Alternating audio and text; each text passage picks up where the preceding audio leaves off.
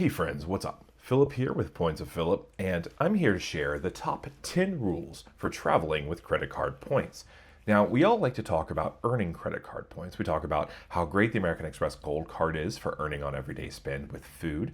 We also love to talk about the Venture X card or the Blue Business Plus card for earning 2 points per dollar on all other purchases. I also love talking about the Mesa card, which gives you 3 points per dollar on a whole host of homeowner related purchases. And well, there's all sorts of wonderful options for earning the points, but we don't really ever talk about redeeming the points. And so, well, we're not going to talk specifics about particular redemptions, but what I am going to do is talk in generalities about what rules you can do when you want to redeem your points or travel with credit cards. So let's get into rule 10, and that is flexibility is key. So the best way to find the best deals is to be flexible. Now, that flexibility can be terms of dates of travel, class of travel, and your destination or departure airports. And so certainly having more flexibility is helpful, but if you're flexible in at least one of those options, well, you can actually find a lot of really great deals. For example, my wife and I, when we were traveling to England in March, we were looking at whether or not we could fly directly from Orlando to Heathrow. But what we did find instead was that if I flew to Atlanta, I could actually earn, so my wife and I could be in premium economy seats with Virgin Atlantic for 13,000 seats or points per person. So that's 26,000 points all told that we were able to fly in premium economy. That is full heated seat sit down dinner with multiple plates and all you can eat snacks throughout the plane and nicer bathrooms and the whole 9 yards. And so well, all that one simple change, the same travel date, just changing where we flew from, meant that we were instead of burning 70,000 points through Virgin Atlantic, we were only burning 26,000 points through Virgin Atlantic. So that 1 degree of flexibility really, really helps. And so if you add more degrees of flexibility, that helps even more. So let's take a look at I used Air France for business class flight on my way back from our first trip to Europe last year. Now, I was flexible with dates and times and, well, how the rest of the trips worked. So, what I did was I realized that, well, my wife and I wanted to travel business class on our way back from Europe. And so we took a wide range. So we knew that we wanted to go sometime in the months of November and December. And so what I did was I searched United or Air France availability for those dates. And well, we realized that we wanted to go for about 2 weeks. And so based on the date that I was able to find, so I found a December 14th trip from Charles de Gaulle to JFK for 50,000 points per seat, and then a little bit over $200 in fees per person. And so we honestly jumped on that seat. And so essentially what we do is, well, we kind of let the tail wag the dog here in that, well, we know what we wanted to do, and we were flexible enough with our dates and kind of where we knew, because we knew we wanted to travel to England and then also to Paris. And so I was looking at flights from, say, Heathrow or Manchester to the States during that time frame as well.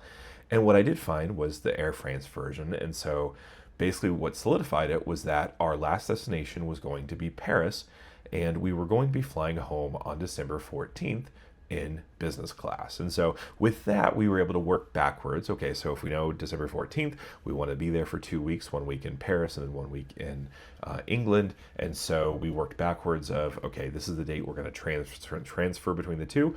That is when we booked our Eurostar trip from London to Paris. And then we knew if we wanted to be in London for a week, we needed to fly out of the United States on a certain date as well. And so essentially, basically what that did was, now that we had the bones of the travel booked, then we went and explored how to use our hotel points for those bookings. And so for that, we actually ended up using I had the 5 free night award with the Marriott Bonvoy Boundless at the time. And so we looked at whether or not I needed to use those in London or if I needed to use those in Paris. And so London hotels at the time for Marriott rather, were very expensive. So December in London, very expensive. It was like, I think the cheapest rooms were like 80,000 points. and not possible to do with that 50,000 point cap. Although you can, those you could actually top some of those off, and so. But it was still kind of too rich for our blood at the time. So what we ended up doing was we found a hotel in Paris that was relatively close to the Eiffel Tower that fit the bill perfectly. So we actually locked in those 5 free night awards with those Paris hotels, and then we figured out London hotels on our own. We ended up actually paying for the Conrad stay for 4 nights.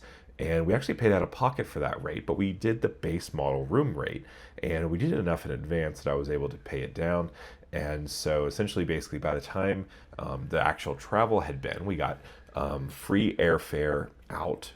We had to pay for the Eurostar trip, which was about $250. And then we got free airfare back.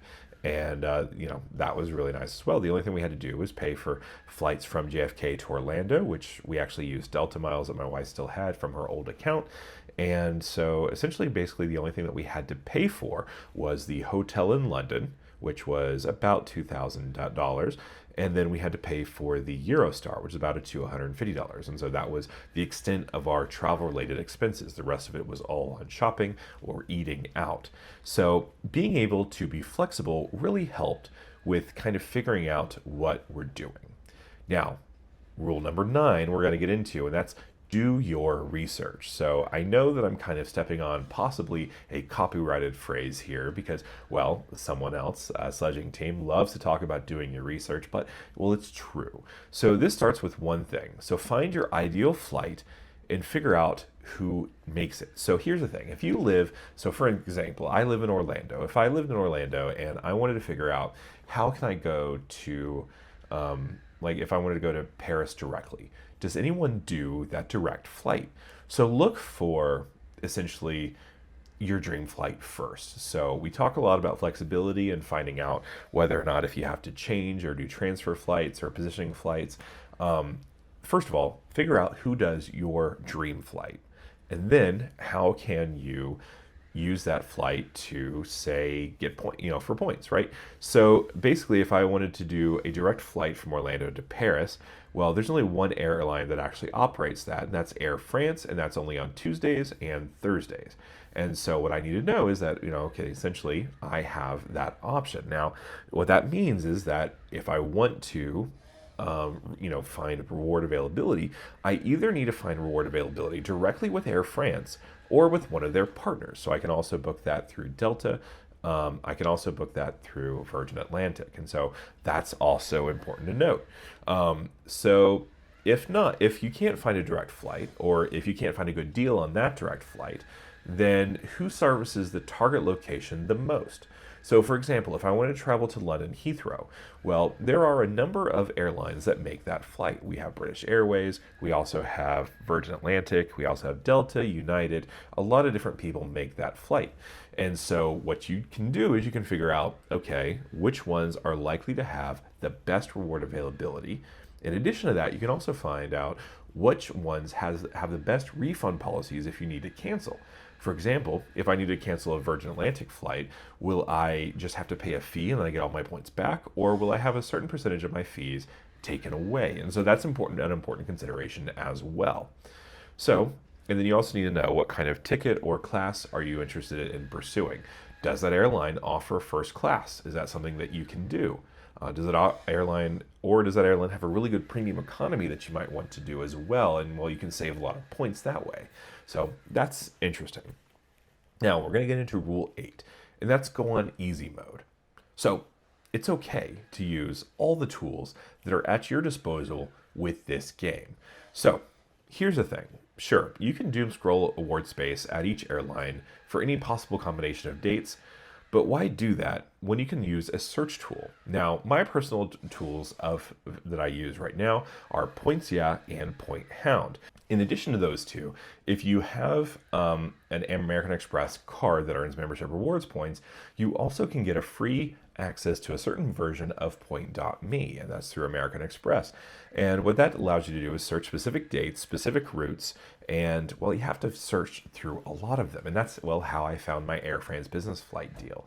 However, you can use searches through Points Yeah that allow you to search for months at a time, for countries at a time. Like, for example, on Points Yeah, you can search from the United States to Europe for a 2-month period of time, and it will show you the best deals from those two countries. And so you can kind of figure it out as you go. You don't have to do millions and millions of searches in order to actually work. Now, some creators will say that, well, you need to be able to do kind of the hard work yourself to be able to understand how these point fares work, but you don't have to. There's all these tools.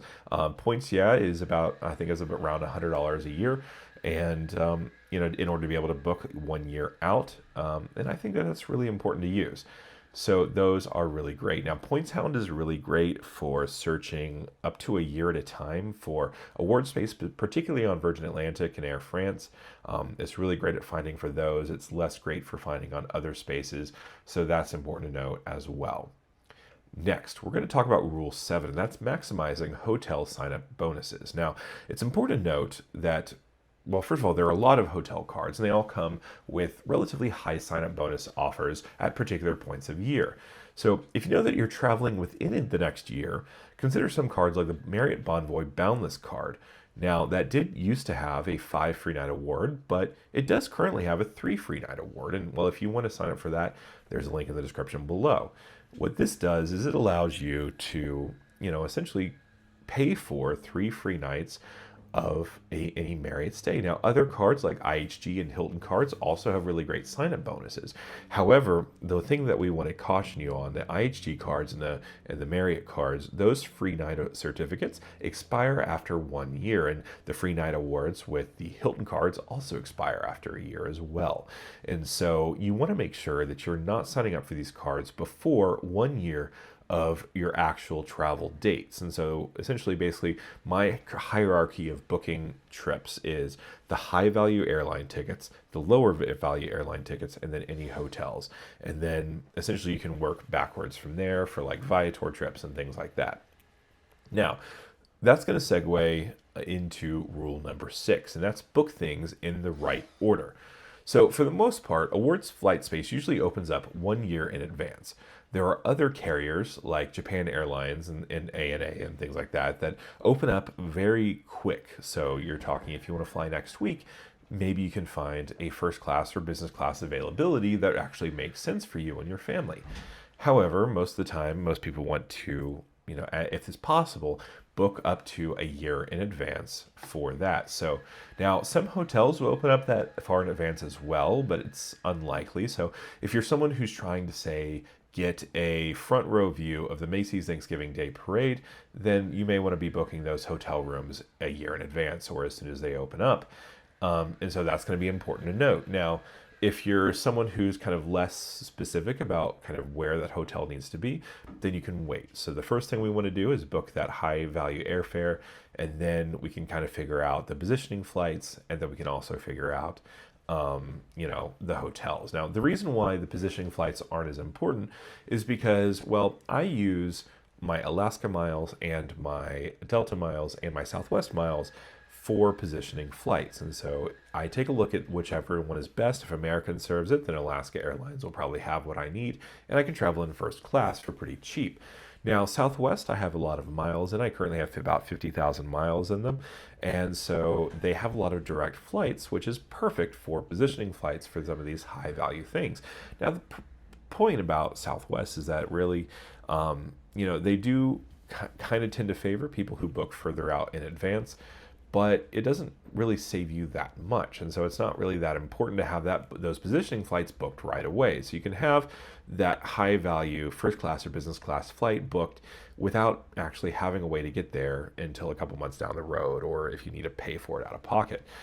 So that's important to note. And then you do the hotels, and then kind of intermediary travel. So the Eurostar has its own rules. Fares are pretty cheap about 6 months out, but as you get closer to the date of travel, those fares, particularly the business class fares, can go high rather significantly. And so learn the rules for your particular thing. So if you wanted to book your airfare out, then you can book your Eurostar ticket 6 months out. And so having a calendar of those kind of dates can be helpful for your particular travel. All right, let's take a look at Rule 5, and that's have a plan to get cash in your target country. So I use the debit card from Charles Schwab. And well, this is really important because, first of all, it has no foreign transaction fees, so I'm not paying anything for directing that, but it also actually reimburses any ATM fee, and that's ATM fee charged worldwide. And so if I go to the corner drugstore and I pay, get cash out with that ATM card with the Charles Schwab debit card, that costs exactly the same as going to the ATM that's a block away from Buckingham Palace and pulling out 20 pounds. And so basically what happens is your account actually does see a fee, but that fee is refunded to you when your statement closes at the end of the month. And so you do need to make sure that you have enough in that account to kind of absorb those fees, but you will get that money returned to you by the end of that month.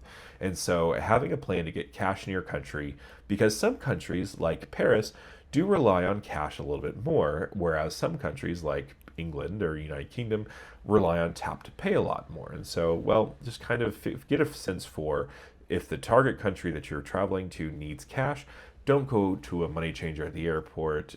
Just go to an ATM, use the Charles Schwab debit card, and you have free cash in whatever currency you want. All right, let's take a look at rule number 4, and that's going to be come prepared for anything.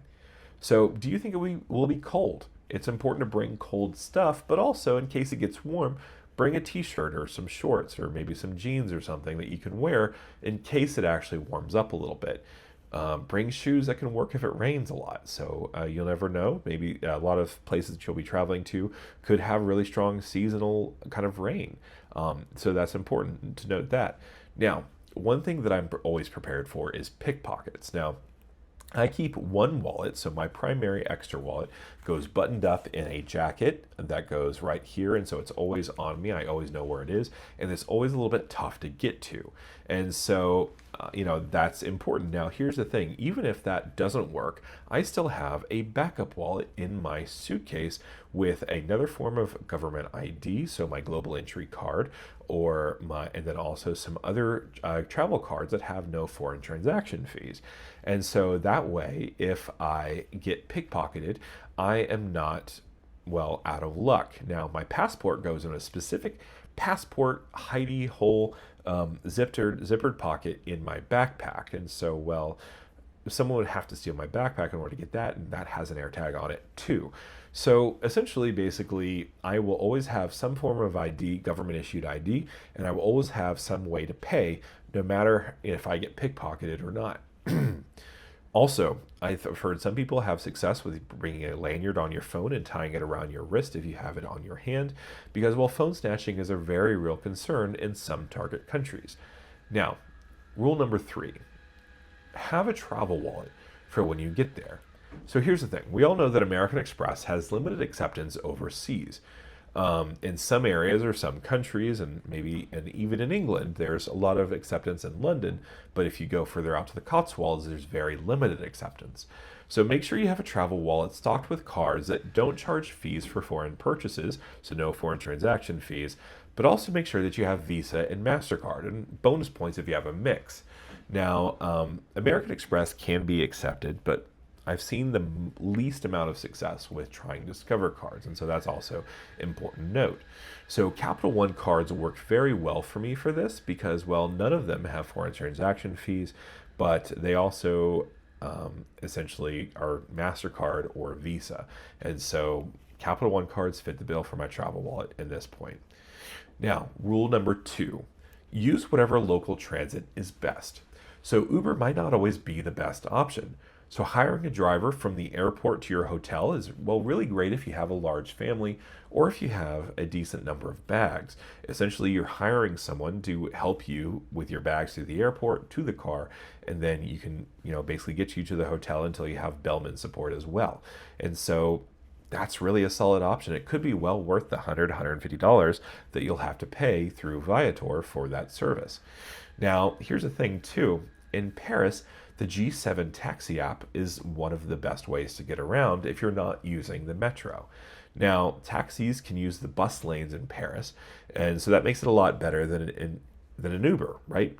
And in New York, I've actually found going from JFK to central New York that sometimes taxis can be significantly cheaper than Ubers as well. So make sure that you're taking a look at all your transportation options and figuring out which ones work best for you.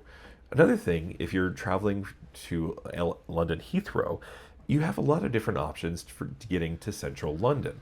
So, for example, you have the Elizabeth line, you have the Heathrow Express, and then you also have Ubers and taxis and all sorts of fun things as well.